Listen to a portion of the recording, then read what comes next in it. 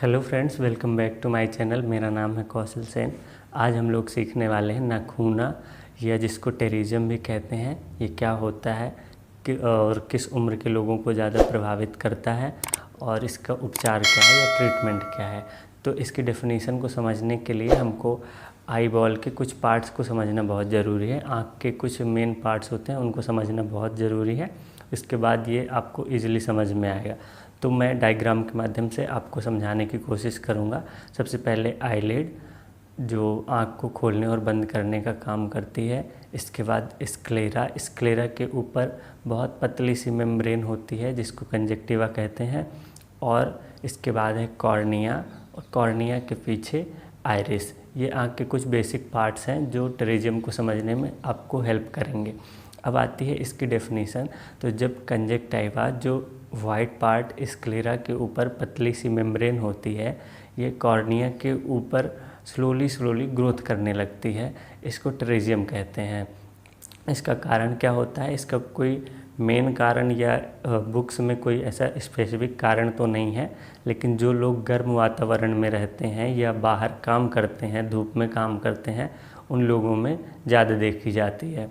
ये सबसे ज़्यादा ओल्ड एज पेशेंट में देखने को मिलता है जिनकी उम्र लगभग 50 साल से ऊपर हो गई है।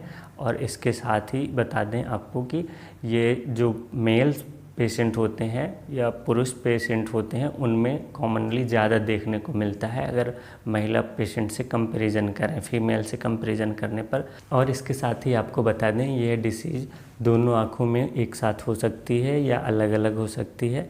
इसको बाइलेटरल पीटीआर या बाइलेटरल टेरिज्म कहेंगे। और यह जो ग्रोथ करता है तो नेज़ल टू टेम्पोरल साइड या टेम्पोरल टू नेज़ल साइड, या दोनों साइड से एक साथ भी ग्रोथ कर सकता है।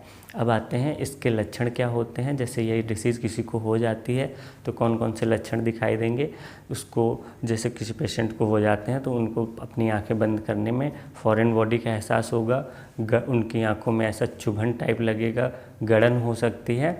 और सबसे ज़्यादा जो मेन इम्पॉर्टेंट रहता है, पेशेंट की कंप्लेंट रहती है कि हमको देखने में अच्छा नहीं लगता, कि जैसे वो देखते हैं किसी की आंख में पीटीआर हो जाता है तो थोड़ा कॉस्मेटिकली देखने में अच्छा नहीं लगता।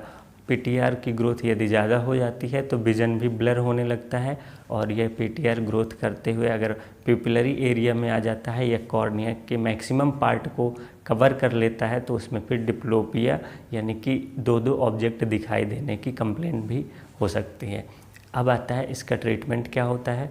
यदि पेशेंट को अभी मतलब ग्रोथ उतनी ज़्यादा नहीं हुई है पीटीआर की, तो उसको लुब्रिकेंट आई ड्रॉप्स दे सकते हैं। यदि उसकी आंख में इन्फ्लामेशन जैसा कुछ लगता है तो स्टेरॉयड आई ड्रॉप्स दे देते हैं। और इसके अलावा इसका कोई भी वैसा ट्रीटमेंट मेडिकली नहीं है। इसकी सर्जरी होती है और सर्जरी के बाद ही ये अच्छे से ठीक होता है। आई होप आपको पीटीआर या नाखूना का कंप्लीट वीडियो आपको अच्छे से समझ में आएगा। यदि फिर भी आपको समझ में नहीं आता, कोई भी डाउट रहता है, तो आप कमेंट बॉक्स में मुझसे पूछ सकते हैं। Thank you so much. Thanks for watching.